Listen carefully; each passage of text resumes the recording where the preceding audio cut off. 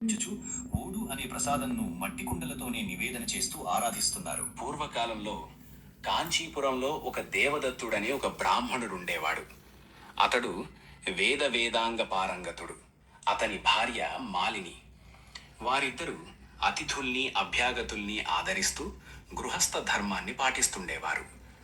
వారికి శ్రీ వెంకటేశ్వర స్వామి ఇలవేలుపు. ఒకనాడు వారింటికి కాశీయాత్ర చేసి వచ్చిన ఒక బ్రాహ్మణోత్తముడు వచ్చాడు. ఆ దేవదత్త దంపతులు ఆయనను సాక్షాత్తు వెంకటేశ్వర స్వామిగా భావించి అతిథి మర్యాదలు చేశారు. భోజనానంతరం ఆ బ్రాహ్మణుడు వారి జాతకాలు పరిశీలించి చూసి, జాతకం ప్రకారంగా దేవదత్తునికి శనిదోషం వల్ల అపమృత్యువు కలిగే సూచనలు కనపడుతున్నాయని, ఆ అపమృత్యు దోష పరిహారం కోసం సప్త శనివార వ్రతం చేసి అటు శనైశ్చరుణ్ణి ఇటు శ్రీ వెంకటేశ్వర స్వామిని భక్తిగా ఆరాధించవలసిందని చెప్పాడు. అమ్మా, నీవు శ్రద్ధ వహించి నీ భర్తను కూడా సప్త శనివార వ్రతం చేయడానికి ప్రోత్సహించి నీ సౌభాగ్యాన్ని నిలుపుకోవాలి సుమా అని హెచ్చరించాడు. సప్త శనివార వ్రత విధానాన్ని బోధించాడు.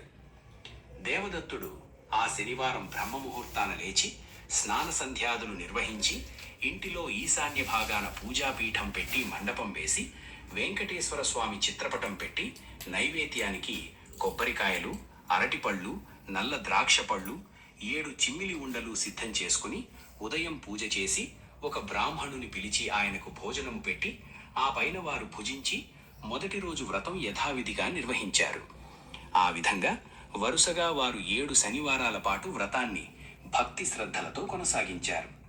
7వ శనివారం వ్రత పరిసమాప్తి చేసి భోజనం చేసి కొంతసేపు శ్రీ వెంకటేశ్వర స్వామి మహిమలు స్మరించుకుంటూ నిద్రించారు. ఆ దంపతుల భక్తి శ్రద్ధలకు, పూజా విశేషాలకు ప్రసన్నుడై శ్రీ వెంకటేశ్వర స్వామి మాలినీదేవికి స్వప్నంలో సాక్షాత్కరించి, ఓ పరమసాధ్వి, మీ దంపతులిద్దరూ శ్రద్ధాభక్తులతో చేసిన సప్త శనివార వ్రతానికి నాకు చాలా సంతృప్తి కలిగింది. ఆ వ్రత ప్రభావం వల్ల నీ భర్తకు శనైశ్చర దోషం, అపమృత్యు భయం కూడా తొలగిపోయాయి. అతనికి రాబోయే జన్మలోని ఆయుర్దాయాన్ని ఈ జన్మలోనికి తీసుకువచ్చి ఇతన్ని పూర్ణాయుర్దాయం కలవాణ్ణి చేశాను. మీరిద్దరూ సుఖశాంతులతో ఆనందంగా 100 ఏళ్లు జీవించి ధర్మార్థ కామమోక్షాలనే 4 పురుషార్థాలు సాధించుకుంటూ మీ మానవ జన్మను సార్థకం చేసుకోండి అని దీవించి అదృశ్యుడైనాడు. వెంటనే ఆమె లేచి భర్తను లేపి తన స్వప్న వృత్తాంతాన్ని వినిపించింది. ఆయన కూడా సంతోషించి భార్యను అభినందించాడు. ఒక శుభముహూర్తాన ఆ దంపతులిద్దరూ శ్రీ వెంకటేశ్వర స్వామి దర్శనార్థమై తిరుపతి కొండకు వెళ్లి మొక్కులు తీర్చుకొని ఆ స్వామిని మనసారా నుతించి ప్రసాదం స్వీకరించి తిరిగి వచ్చారు. ఇంటికి వచ్చాక బ్రాహ్మణులను పిలిచి అన్న సంతర్పణ చేసి బ్రాహ్మణ ఆశీర్వాదాలు పొందారు. జీవితాంతం వరకు యథాశక్తిగా శ్రీ వెంకటేశ్వర స్వామి సేవ చేస్తూ చివరికి శ్రీ స్వామి సాన్నిధ్యాన్ని పొందారు. కలవు శ్రీ వెంకటనాయక అని పెద్దల సూక్తి. కలియుగంలో శ్రీ వెంకటేశ్వర స్వామిని మించిన ఆరాధ్య దైవం లేదు. ఈ సప్త శనివార వ్రతంతో ఆయనను ఆరాధించిన వారికి శని దోషాలు తొలగి శ్రీ స్వామి అనుగ్రహం లభిస్తుందని సూతుడు సౌనకాది మహామునులకు వినిపించాడు.